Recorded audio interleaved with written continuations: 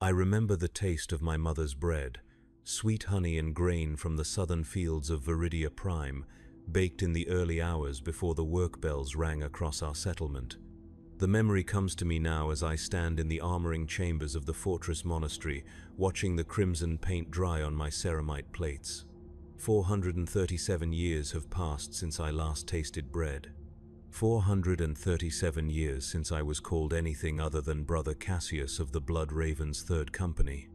They tell the children of the Imperium that we are angels, living gods wrapped in blessed armor descended from the Emperor's own genetic legacy to protect humanity from the darkness beyond the stars. In their picture books and cathedral murals, we shine like silver saints, our bolters singing hymns of righteousness as we cut through heretic and alien alike. The propaganda feeds speak of our glory, our honor, our eternal vigilance. What they never speak of is the price. What they never tell you is that to become an angel, you must first learn to forget you were ever human. I was 11 when the chaplains came to our world. 11 years old, playing war games in the agricultural fields with my younger brother Matthias while our parents worked the harvest lines. The sky was the color of burnished copper that day, heavy with the promise of rain that would never come. The drought had lasted 6 months, and the planetary governor's tithes remained unchanged. People were beginning to whisper words that would have earned them a flogging in the capital, but in the outer settlements, desperation breeds loose tongues. The thunder started just after midday prayer. Not the rumble of weather, but something deeper, more mechanical.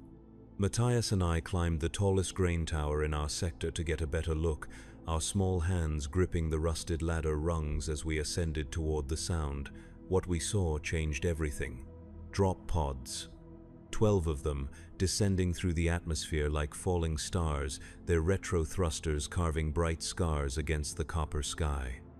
They struck the earth in perfect formation, each impact crater precisely calculated to surround our settlement without damaging the harvest infrastructure. When the smoke cleared and the ramps lowered, they emerged, Space Marines of the Blood Ravens chapter. Even at 11, even as a simple agri-world child who had never seen anything more threatening than a pack of feral groks, I knew what they were. Every citizen of the Imperium knows. The Adeptus Astartes, the Emperor's chosen, angels of death, but seeing them in person, watching them stride through our settlement with their massive frames casting long shadows over the dust, I felt something I had never expected: terror. They were too large, too perfect, too far removed from anything human. Their armor sang with embedded hymns as they moved, each footstep creating small tremors in the ground beneath us. When they spoke, their voices carried the mechanical resonance of vox amplifiers, turning simple words into pronouncements from on high. They had come for recruitment, they announced. The chapter required new aspirants, and Viridia Prime had been selected for the honor of contributing to the Emperor's armies. My mother wept when they called my name, not tears of joy, as the settlement administrator assured everyone, but something deeper, something that spoke of loss and endings rather than glory and honor. She knew, somehow, what the rest of us were only beginning to understand.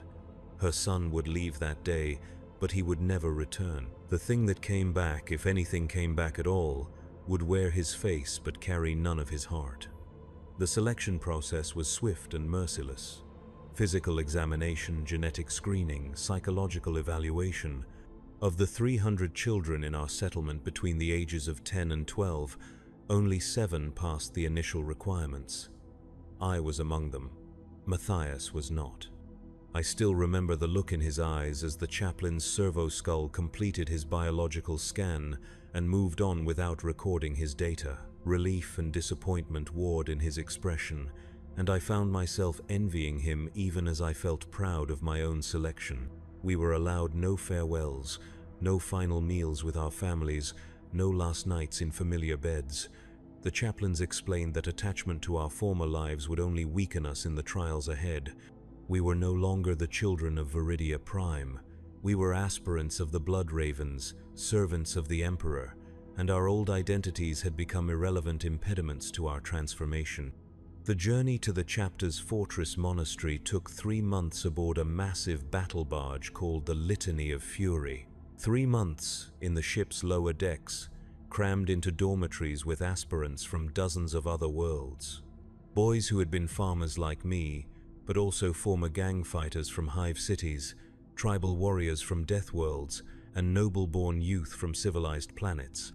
The chapter cast its net wide, seeking not just physical strength but genetic compatibility with the gene seed of their primarch. During the voyage, we learned our first lesson about what it meant to serve the Astartes. We learned about expendability. Of the 47 aspirants who had boarded the ship, only 32 survived the journey. Some died from failed medical procedures as the ship's apothecaries began the preliminary organ implantation process. Others succumbed to the constant combat training, their bones snapping under the weight of conditioning regimens designed to prepare human children for superhuman trials. A few simply broke mentally, their minds unable to process the magnitude of what they were becoming. Those ones were the fortunate ones. They died quickly. The fortress monastery of the Blood Ravens sits on a moon called Aurelia's Grief, orbiting a dead star in a system long forgotten by Imperial cartographers. It is a structure of impossible scale, carved from the moon's living rock and reinforced with adamantium bulkheads that could withstand orbital bombardment. Gothic spires reach toward the void like grasping fingers, each one housing training chambers, meditation cells, and the countless artifacts that the chapter has recovered from across the galaxy. Walking through its corridors for the first time, I felt the weight of history pressing down on me. 10,000 years of warfare had passed through these halls. Thousands of aspirants had walked the same paths I walked, and most of them had died in the trying. The walls themselves seemed to whisper of failure and sacrifice, of boys who had dreamed of becoming angels and found only death waiting for them in the darkness. The true trials began immediately upon our arrival. They called it the Proving, though I would later learn that this was merely the first of many tests designed to break us down and rebuild us according to the chapter's needs. For 6 months, we were subjected to physical conditioning that would have killed fully grown men from our homeworlds. We ran obstacle courses in powered armor too heavy for our developing frames. We fought hand-to-hand combat exercises against servitors programmed to maim rather than simply defeat us. We studied the Codex Astartes until we could recite its tactical doctrines in our sleep, and then we were tested on our knowledge while enduring pain that would have driven adults to madness. Of the 32 aspirants who had arrived on Aurelia's Grief, only 18 survived the first month. The others were interred in unmarked graves in the monastery's lower chambers, their names recorded in the chapter's archives but never spoken aloud again. We were forbidden to mourn them. We were told that grief was a weakness that would compromise our effectiveness as warriors. Those who showed signs of emotional attachment to their fallen brothers were subjected to additional conditioning, a process that involved drugs, hypno-indoctrination, and in some cases, surgical modification of brain chemistry. I learned to stop caring about the names of the boys who disappeared during training.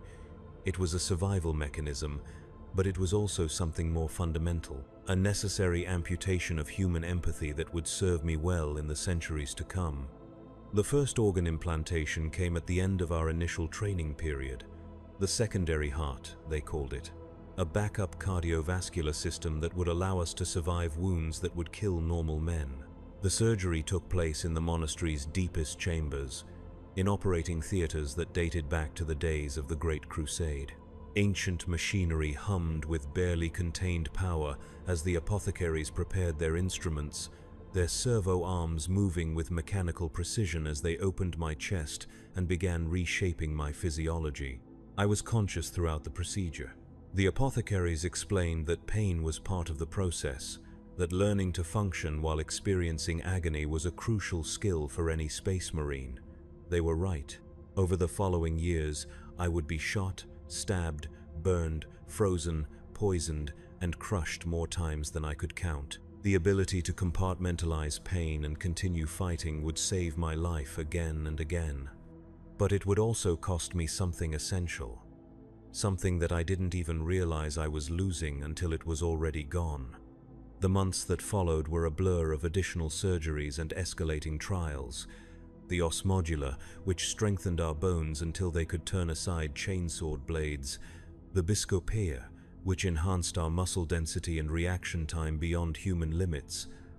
The hemastamen, which improved our blood's oxygen-carrying capacity and allowed us to survive in environments that would asphyxiate normal humans. Each implant brought us closer to the Astartes ideal, but further from the children we had once been.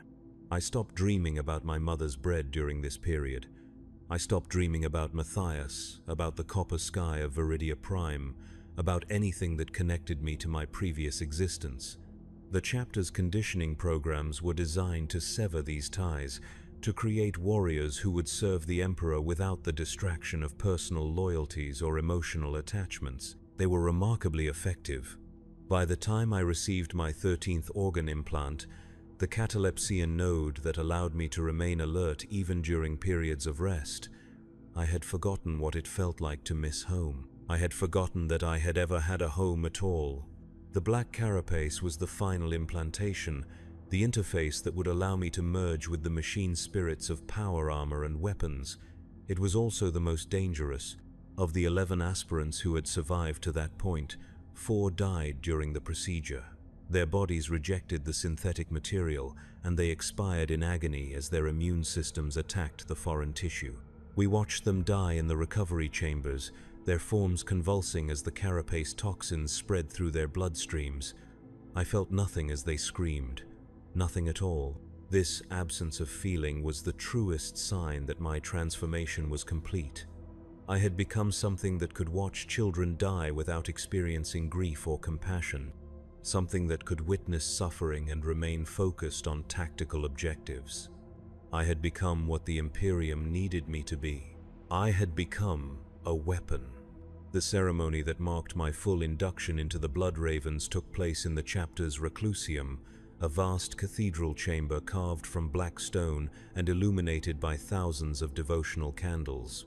Chaplain Mordecus spoke the words of binding, the oath that would tie my soul to the chapter's service for whatever remained of my existence. I knelt before the altar of the Emperor and swore to defend humanity against its enemies, to serve the throne without question, and to die before allowing dishonor to stain the chapter's reputation. When I rose from that altar, I was no longer the farm boy from Viridia Prime. I was Brother Cassius, battle brother of the Blood Ravens' 3rd Company, servant of the Emperor of Mankind.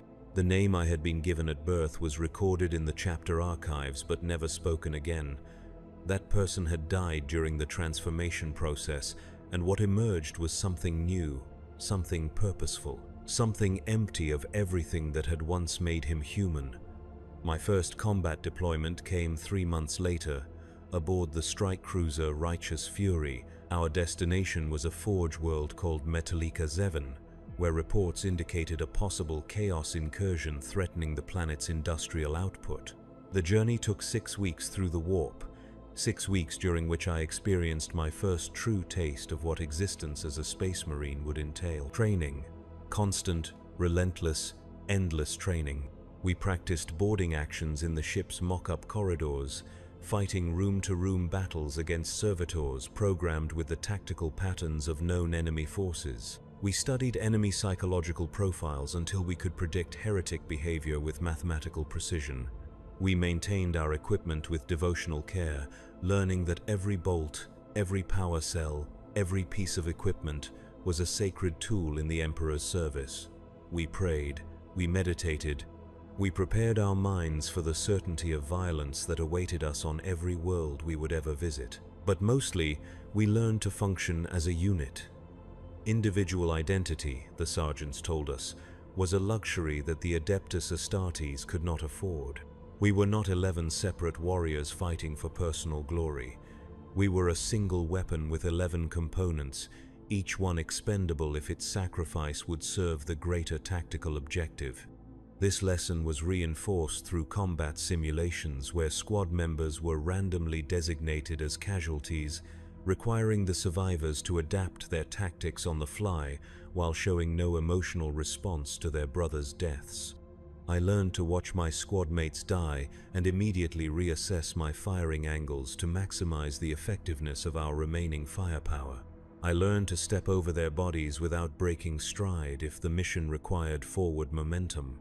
I learned to strip ammunition and equipment from their corpses if supplies ran low, treating their remains as battlefield resources rather than the shells of men I had trained beside for months. These were necessary skills. In the campaigns that followed, they would save my life and the lives of countless Imperial citizens. But they came at a cost that the recruitment posters never mention, a price paid in the gradual erosion of everything that had once made me capable of human connection. Metallica 7 was a world of perpetual industrial twilight, its skies choked with the exhaust of 10,000 manufactorums, while its surface remained hidden beneath layers of rockcrete and steel. The chaos incursion had begun in the planetary capital's lower industrial sectors, where reports suggested that factory workers had been engaging in forbidden rituals involving the machine spirits of their equipment. Word and blade units had been dispatched to investigate, but their Vox communications had ceased 3 days before our arrival. Our mission was simple: investigate the source of the disturbance, eliminate any heretical influences we discovered, and restore the planet's manufacturing capacity to acceptable levels. The lives of the individual workers were considered acceptable losses if their sacrifice preserved the Forge world's strategic value to the wider war effort. We made planetfall during the world's artificial night cycle, when the manufactorums reduced their output to conserve reactor fuel. Our drop pods struck the industrial sector's primary thoroughfare with precision impacts, each one calculated to minimize damage to surrounding infrastructure while providing optimal tactical positioning for urban combat operations. When the ramps lowered and we emerged into the sulfur-tainted air, I got my first taste of what real warfare would be like. The silence was wrong. Metallica 7 should have been thundering with the sounds of industrial production, but the streets lay empty and quiet except for the distant hum of automated systems. Warning runes flickered from voxcasters mounted on corridor walls, broadcasting messages in high Gothic that spoke of quarantine protocols and mandatory curfews. The air itself tasted of metal and corruption, carrying scents that my enhanced olfactory systems identified as human decomposition mixed with something else, something that didn't belong in any Imperial database. Brother Sergeant Thalion raised his fist to signal a halt as we approached the first manufactorum complex. Through the facility's reinforced windows, we could see movement in the shadows. Human shapes, but moving in patterns that suggested coordination rather than panic. They were waiting for us. They had been waiting for some time. The first shots came from elevated positions, autogun rounds that sparked harmlessly off our power armor while revealing the positions of our attackers. They were indeed factory workers, but their flesh had been altered by influences that corrupted both mind and body. Mechanical augmentations sprouted from their limbs in configurations that violated every principle of orthodox Imperial technology, while their faces showed signs of mutation that spoke of exposure to warp energies. We responded with disciplined bolter fire, our weapons singing their hymns of purification as mass reactive shells found their targets. The corrupted workers died quickly, their modified bodies offering no protection against weapons designed to kill armored enemies. But for every cultist that fell, 2 more emerged from the shadows. They had been organized. They had been expecting us. They had prepared. The battle lasted 4 hours and took us through 17 different industrial complexes before we reached the source of the corruption. In the deepest levels of the primary manufactorum, we found what remained of the word-bearer infiltration team that had initiated the uprising. They had established a shrine to the Dark Mechanicus in the facility's reactor chamber, using the Forge world's own power systems to amplify their blasphemous rituals. The shrine itself was a fusion of technology and flesh that hurt to look at directly, a writhing mass of human tissue and corrupted machinery that pulsed with malevolent energy. Standing before the shrine was something that had once been human, but now served as a vessel for the powers that dwelt in the warp. It spoke to us in voices that belonged to the dead workers, promising us knowledge that would surpass the limited understanding of the Omnissiah. It offered us power beyond the crude augmentations of our gene seed, evolution beyond the restrictions of our flesh. It showed us visions of what we could become if we abandoned our loyalty to the Corpse Emperor and embraced the truth of chaos. I felt nothing as I raised my bolter and put 6 mass-reactive rounds through its center mass. Nothing except satisfaction at the successful completion of our mission parameters. The corrupted being collapsed into constituent flesh and metal components, its death cry echoing through the reactor chamber as the shrine's power source flickered and died.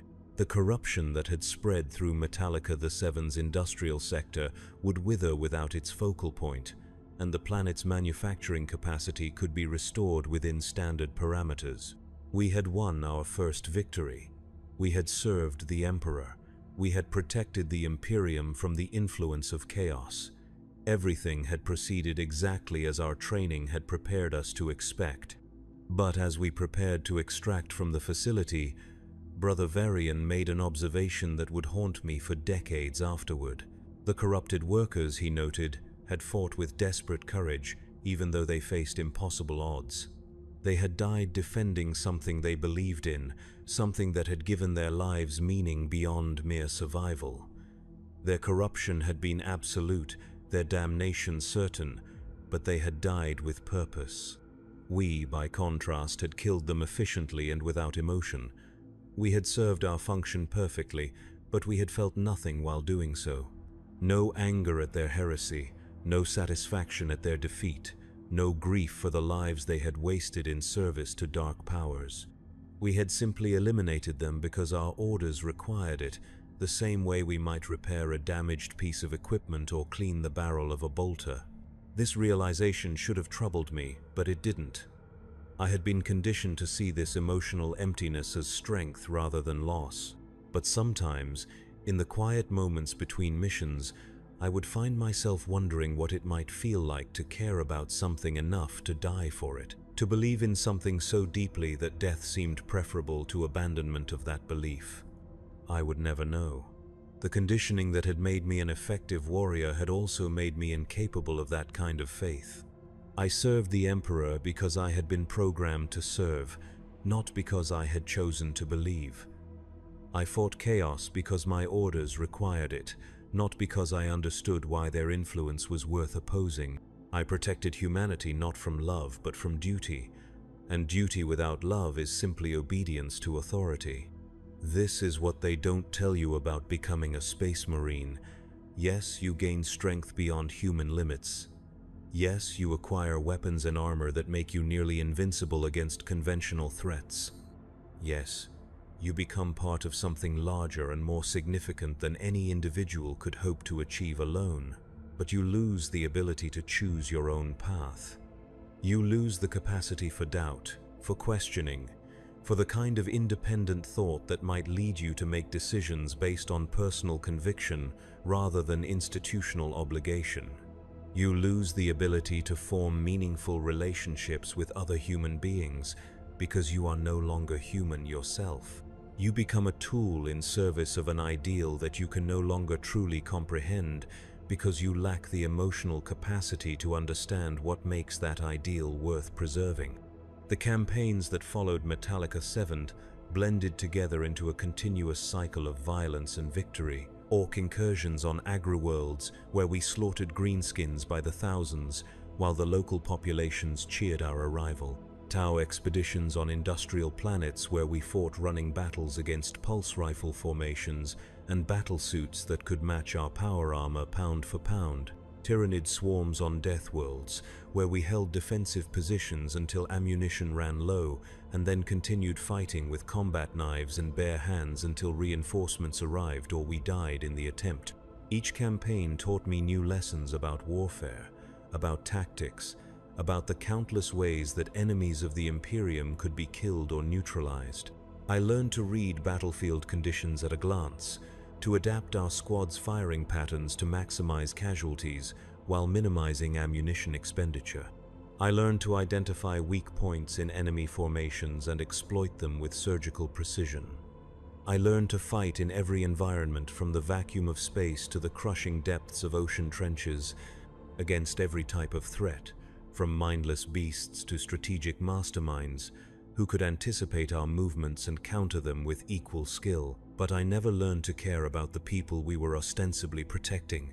The billions of Imperial citizens who lived and died according to the outcomes of our battles remained abstract concepts rather than individuals worthy of personal concern.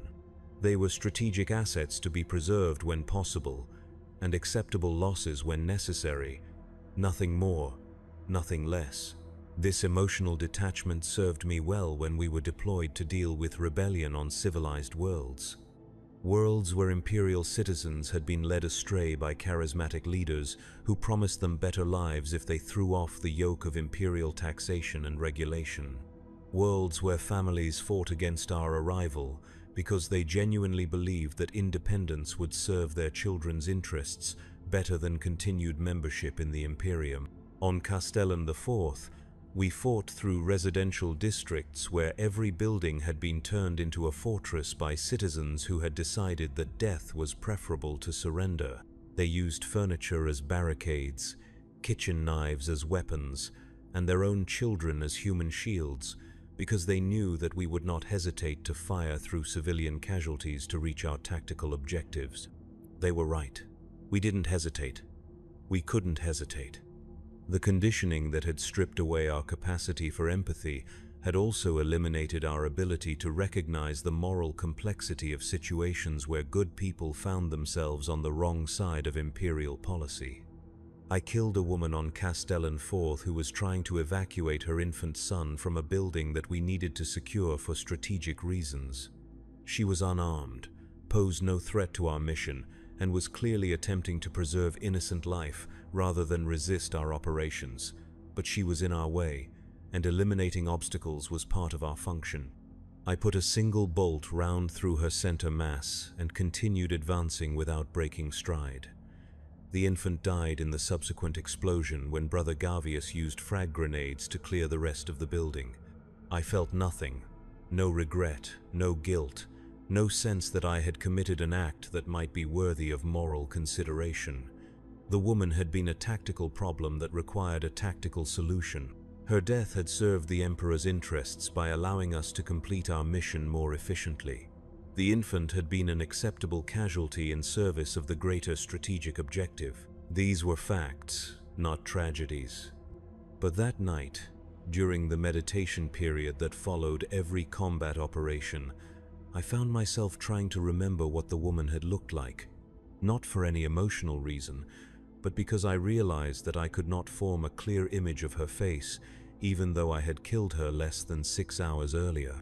She had been human, female, approximately 30 standard years in age, but beyond those basic tactical details, she had not registered as worthy of memory. She had been an obstacle, nothing more. This troubled me not because I felt guilt about her death, but because it suggested that my conditioning might be interfering with my ability to process tactical intelligence.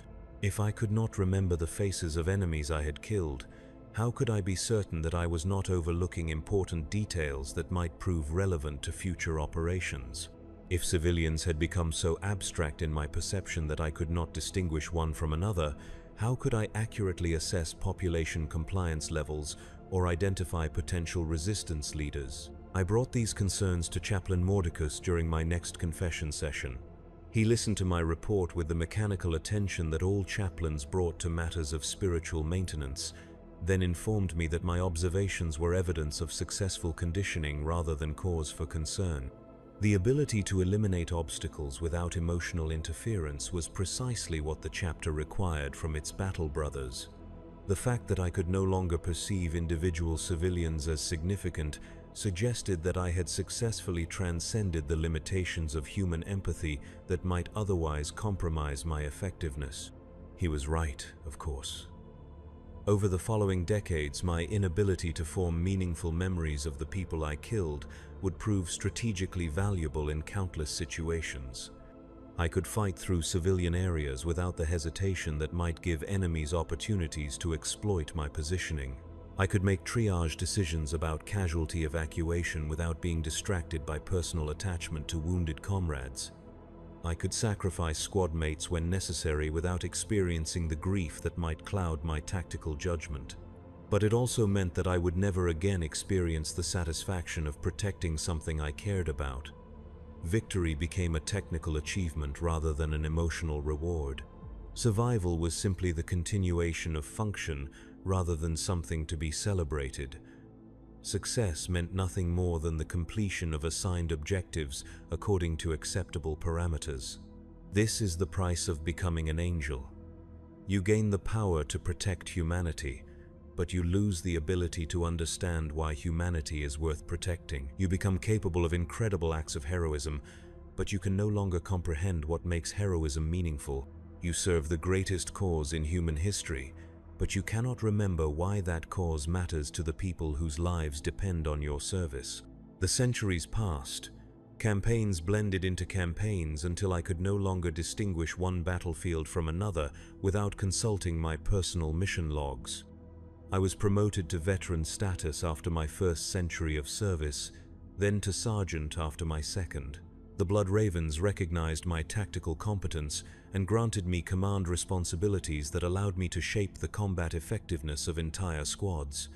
I trained new battle brothers in the methods that had served me well, passing on the lessons I had learned about the necessity of emotional detachment and absolute obedience to orders. I was, by all objective measures, a success. My kill count exceeded chapter averages by significant margins.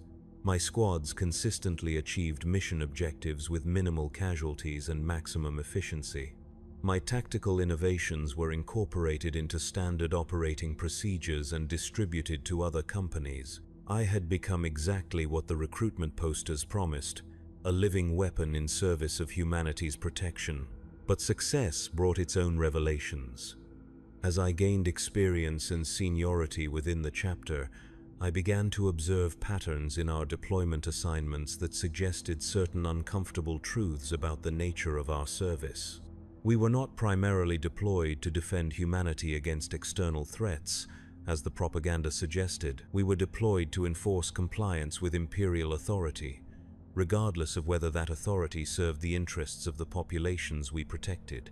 On Vos Prime, we suppressed a worker uprising that had been triggered by the planetary governor's decision to increase factory output quotas while reducing nutritional allowances. The workers had not been corrupted by chaos or influenced by Xeno's manipulation. They had simply reached the conclusion that their current living conditions were unsustainable and that organized resistance might improve their circumstances. They were wrong, of course. Our intervention ensured that their living conditions became significantly worse, but their compliance with Imperial taxation requirements improved dramatically.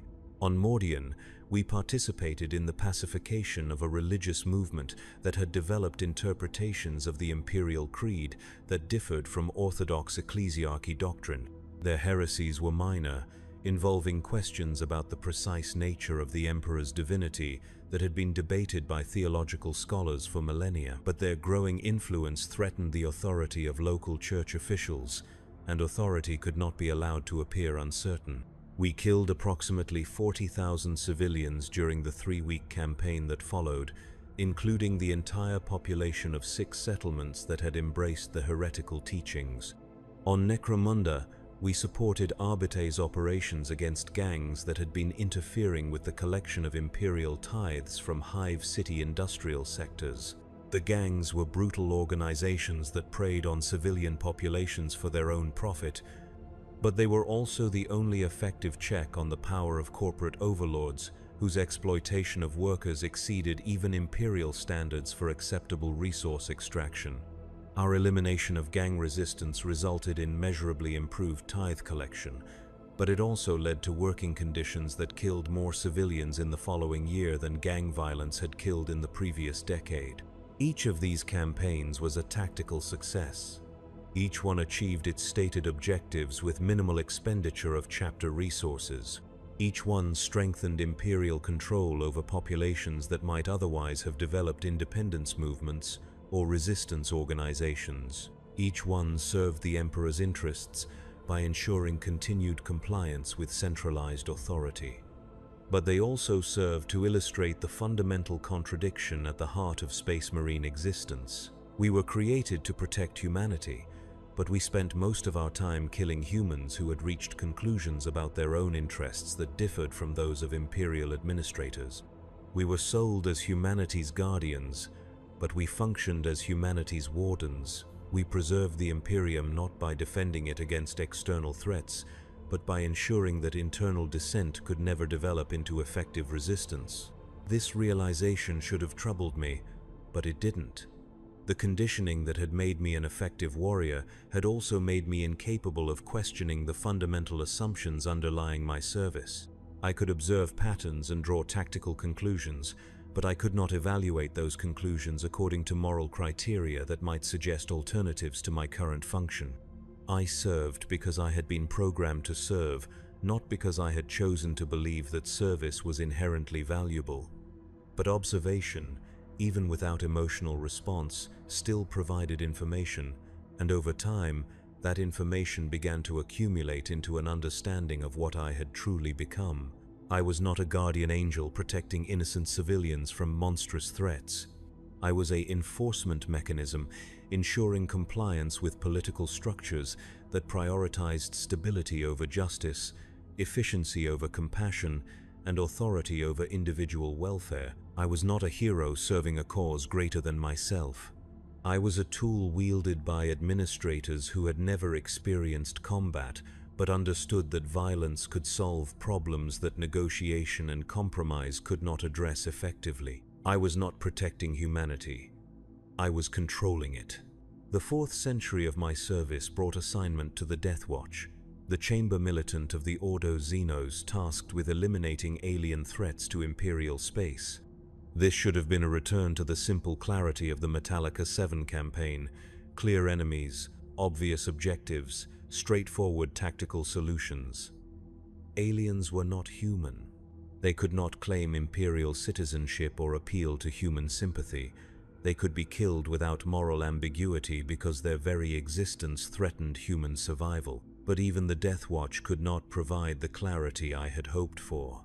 My first assignment was the elimination of a Tau diplomatic mission that had been attempting to establish trade relationships with Imperial worlds along the Damocles Gulf. The Tau were offering advanced medical technology in exchange for raw materials that their expanding empire required for continued industrial growth. Several planetary governors had expressed interest in the proposed arrangements, seeing opportunities to improve living conditions for their populations while maintaining acceptable tithe levels for the administratum. The Ordo Xenos had determined that these negotiations represented an unacceptable security risk, not because the Tau were planning military action against Imperial worlds, but because their diplomatic success might encourage other Xenos species to attempt similar approaches. The Imperium's official policy toward alien life was extinction rather than coexistence, and any deviation from that policy would be interpreted as weakness by enemies throughout the galaxy. We eliminated the Tau delegation during a formal dinner hosted by the governor of Pavonis. 43 aliens died in the initial assault, along with 17 human negotiators and 26 civilian staff members who had been present when we breached the dining facility. The governor himself survived because his security detail had been briefed on our operational timeline, but he was later executed for treason by an Ordo Hereticus tribunal that found his participation in the negotiations to be evidence of corruption by alien influence. The tactical execution was flawless. No Tau survived to report the incident to their superiors, and the elimination of human witnesses ensured that word of our intervention would not spread to other worlds where similar negotiations might be taking place. The diplomatic mission disappeared without trace, allowing the Imperium to maintain plausible deniability while discouraging future alien attempts at peaceful contact. But the intelligence reports we recovered from the Tau delegation revealed information that complicated the simple narrative of alien threat that justified our actions. The Tau had indeed been attempting to establish trade relationships with Imperial worlds, but their motivations were not the expansionist conquest that Ordo Xenos briefings had suggested. Their empire was struggling to support refugee populations displaced by Tyrannid swarm incursions, and they needed additional resources to maintain civilian survival rates at acceptable levels. Their offers of medical technology were genuine attempts to provide valuable goods in exchange for raw materials that the Imperial worlds could spare without compromising their own strategic capabilities. The Tau had been attempting to save lives, not human lives perhaps, but lives nonetheless. They had been offering solutions to problems that killed thousands of Imperial citizens every year. They had been trying to create relationships that might reduce conflict rather than escalate it. And we had killed them for it. This should not have mattered to me. Tau civilians were still aliens, regardless of their circumstances. Their survival was not my responsibility, and their destruction served Imperial interests by eliminating a potential long-term threat to human expansion. The fact that they had been motivated by desperation rather than aggression was tactically irrelevant to the strategic necessity of maintaining Imperial isolation from alien influence. But for the first time in 3 centuries, I found myself questioning whether the completion of mission objectives necessarily constituted a successful outcome, not from any emotional attachment to the dead Tau, but from a tactical perspective that considered longer-term consequences rather than immediate results. The elimination of the diplomatic mission had indeed prevented the establishment of trade relationships that might have encouraged other aliens to attempt similar approaches. But it had also eliminated opportunities for intelligence gathering that might have provided valuable information about Tau capabilities, intentions, and weaknesses. It had strengthened Imperial isolation, but it had also eliminated potential allies against Tyrannid incursions that threatened both human and Tau populations. It had preserved ideological purity, but it had sacrificed strategic flexibility that might prove crucial in future conflicts. These observations troubled me not because I felt regret about the deaths we had caused, but because they suggested that the decision-making processes that governed our deployment might be prioritizing abstract principles over concrete results. If the Imperium's survival was truly our primary objective, then shouldn't we be willing to compromise on ideological positions when such compromises offered strategic advantages? If protecting humanity was our ultimate goal, then shouldn't we be willing to work with aliens when such cooperation served human interests? But the conditioning that had made me an effective warrior had also made me incapable of pursuing such questions to their logical conclusions. I could observe inconsistencies in Imperial policy, but I could not evaluate whether those inconsistencies were problems that required solutions or necessary sacrifices in service of objectives that I was not qualified to understand. I could identify tactical alternatives that might achieve better outcomes, but I could not determine whether better tactical outcomes were necessarily preferable to outcomes that better served political or theological considerations that superseded purely military concerns. I served because I had been programmed to serve. The fact that I no longer understood why my service was valuable did not change my obligation to continue serving. The fact that I could no longer remember what I was fighting to protect did not eliminate my duty to continue fighting. The fact that I had become something that could question its own purpose while remaining incapable of changing its behavior was simply another aspect of what I had become. The final revelation came during my 5th century of service, on a world whose name I was ordered to forget immediately upon completion of our mission. A world that officially did not exist in Imperial records, though it had once been home to 17 billion human souls. We were deployed there not to fight aliens or heretics, but to eliminate evidence of a failed experiment in Imperial genetic engineering. The world's population had been selected for a project that would have created humans capable of surviving in environments too hostile for normal colonization. Enhanced lung capacity for thin atmospheres, modified skin pigmentation for high radiation environments, improved bone density for heavy gravity worlds. The Adeptus Mechanicus had promised the Administratum, that such modifications would allow Imperial expansion into previously uninhabitable systems, opening new frontiers for human colonization without the massive infrastructure investments that terraforming required. The project had succeeded beyond all expectations. The modified humans were indeed capable of thriving in hostile environments, but they had also developed capabilities that their creators had not anticipated. Enhanced cognitive function, improved disease resistance, extended lifespans that exceeded normal human ranges by centuries rather than decades. They had become something new, something that might eventually supersede baseline humanity entirely. This could not be allowed. The Imperium was built on the fundamental assumption that human nature was static, that the species had achieved its perfect form during the dark age of technology, and that any deviation from that form represented corruption rather than evolution. The modified humans represented a challenge to every principle that justified imperial authority over human affairs. If humanity could be improved through scientific manipulation, then perhaps other aspects of imperial doctrine were equally open to revision. The solution was total population elimination, followed by orbital bombardment that would reduce the world's surface to molten glass. No evidence of the experiment would survive. No modified humans would escape to spread their genetic alterations to other worlds, and no records would exist to suggest that the project had ever been attempted.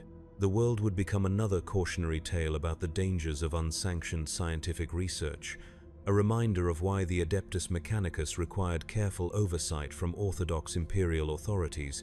We were chosen for the mission not because of our combat capabilities, but because of our psychological conditioning. Normal Imperial Guard regiments might experience moral qualms about exterminating human populations that posed no military threat. Planetary defense forces might question orders that required them to kill their own species for the crime of successful evolution. But Space Marines could be relied upon to follow orders regardless of their personal feelings about those orders, because we no longer had personal feelings that might interfere with our operational effectiveness.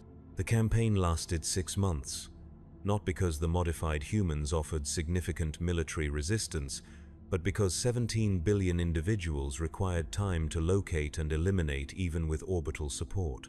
They had built cities that extended deep underground, anticipating that their world's hostile surface conditions might require extensive subterranean development. They had developed technologies that allowed them to remain hidden from our scanning equipment for extended periods. Most significantly, they had created social structures that prioritized collective survival over individual preservation, meaning that parents would sacrifice themselves to protect their children, and communities would coordinate their defensive efforts rather than fragment into competing factions. They fought us with a desperation that I had rarely encountered in previous campaigns. Not the mindless fury of chaos cultists or the mechanical determination of Tau warriors, but the calculated ferocity of people who understood exactly what our victory would mean for them and their children. They knew that we had not come to conquer their world or demand their compliance with imperial authority. They knew that we had come to eliminate them entirely, to erase their existence so completely that no trace of their achievements would survive to inspire others. They fought like humans, defending their families, their homes, their future. They fought with the kind of passionate commitment that I had observed in the corrupted workers on Metallica the Seven, but directed toward preservation rather than destruction. They fought for something they loved more than life itself, something that made death preferable to surrender. And we killed them all. Every man, woman, and child. Every family line, every cultural tradition, every technological innovation that might have improved the human condition. We eliminated a civilization that had achieved in 3 generations what the Imperium had been struggling to accomplish for 10,000 years, not because they threatened humanity, but because they represented what humanity might become. I was present for the final phase of the operation, the elimination of the last underground shelter complex, where approximately 12,000 civilians had taken refuge.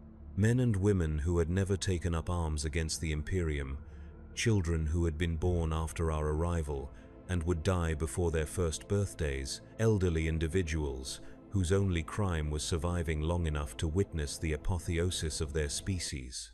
They were not hiding when we breached their final defenses. They were not begging for mercy or attempting to negotiate terms for their survival. They were singing. 12,000 voices raised in harmonies that resonated through the tunnel systems they had called home, melodies that spoke of love and loss and hope despite the certainty of extinction. They were singing because they wanted their last act as a species to be beautiful rather than desperate, creative rather than destructive, human rather than merely functional. I killed them while they sang. We all did. Our bolters sang their own hymns as mass-reactive shells found their targets, each shot precisely calculated to ensure maximum casualties while minimizing ammunition expenditure. The music stopped in sections as voices were silenced forever, until only echoes remained to mark the passage of the last genetically enhanced humans in the galaxy. When the killing was finished and the orbital bombardment began, I stood on the command deck of our strike cruiser and watched the world die. Cyclonic torpedoes cracked its crust, while virus bombs sterilized any organic material that might have survived our ground operations. Within 6 hours, the world that had once been home to 17 billion enhanced humans had become a ball of cooling magma orbiting a star that would eventually be removed from Imperial navigation charts. The mission was a complete success. No evidence survived to suggest that the genetic enhancement project had ever been attempted. No modified humans escaped to spread their alterations to other worlds. No records existed to indicate that humanity might be capable of evolution beyond its current limitations. The Imperium remained secure in its assumptions about the static nature of human biology and the necessity of preventing unauthorized scientific research. But as I watched that world burn, I found myself remembering something I had not thought about in centuries: the taste of my mother's bread. Sweet honey and grain from the southern fields of Viridia Prime, baked in the early hours before the work bells rang across our settlement. The memory came without warning, without context, without explanation. I had not thought about my mother or my childhood or anything connected to my previous existence since my first century of service. The conditioning that had made me an effective warrior had successfully eliminated such attachments as unnecessary impediments to my function. Yet somehow, watching the destruction of 17 billion people who had died singing, I remembered what it felt like to be human. I remembered what it felt like to taste something made with love rather than mere nutritional necessity. I remembered what it felt like to anticipate pleasure rather than simply endure existence. I remembered what it felt like to be part of something that existed for reasons beyond tactical efficiency and strategic advantage. And I realized what I had lost. Not just my humanity, which I had been taught to regard as a necessary sacrifice in service of a greater cause. Not just my capacity for emotional response, which I had been conditioned to see as weakness that would compromise my effectiveness as a warrior. I had lost the ability to understand what made life worth living, what made survival worth struggling for, what made existence preferable to extinction. The enhanced humans had died singing because they still remembered what it meant to be human despite their genetic modifications. They had preserved something that I had been systematically stripped of during my transformation into an instrument of Imperial will. They had remained capable of love, of hope, of beauty, of all the things that gave meaning to existence beyond mere biological function. I had become something that could eliminate beauty without comprehending what beauty was. I had become something that could destroy love without understanding what love meant. I had become something that could extinguish hope while remaining ignorant of what hope offered to those who possessed it. I had become the perfect servant of an empire that preserved humanity by destroying everything that made humanity worth preserving. But this realization changed nothing. I could observe the loss without regretting it, understand the sacrifice without questioning its necessity, recognize the price without considering it excessive. The conditioning that had created these capabilities had also ensured that I would continue serving regardless of my personal assessment of that service's value. I was incapable of rebellion, incapable of doubt, incapable of choosing a different path, even if I could imagine what such a path might entail. I was exactly what the Imperium needed me to be. Nothing more, nothing less. The centuries since that nameless world have blended together into an endless cycle of deployment and victory, conflict and resolution, service without purpose or satisfaction, or hope of anything beyond continued service. I have killed millions of enemies of the Imperium, protected billions of Imperial citizens, and preserved the stability of countless worlds against threats both internal and external. I have served the Emperor faithfully for over 400 years, and I will continue serving until battle damage or age finally claims my enhanced physiology.